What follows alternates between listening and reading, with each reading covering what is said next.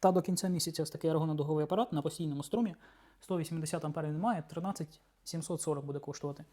Апарат хоч і на 180 А, але ви подивіться тільки на цей кабель. Ось глибина майже мого пальця йде.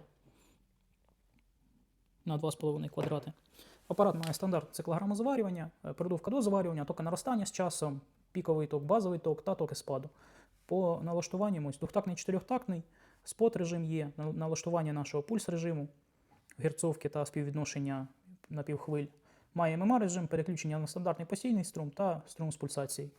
Такий він компактний йде, як бачите. Pro серія, це означає, що ззаду у нас йде підключення під газ швидкоз'ємне та вмикач мережевий. Сервіс у нас знаходиться в Києві.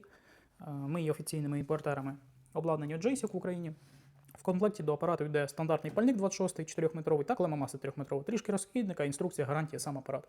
Та швидкоз'єм для підключення ось сюди газу. Також йде зразу в комплекті.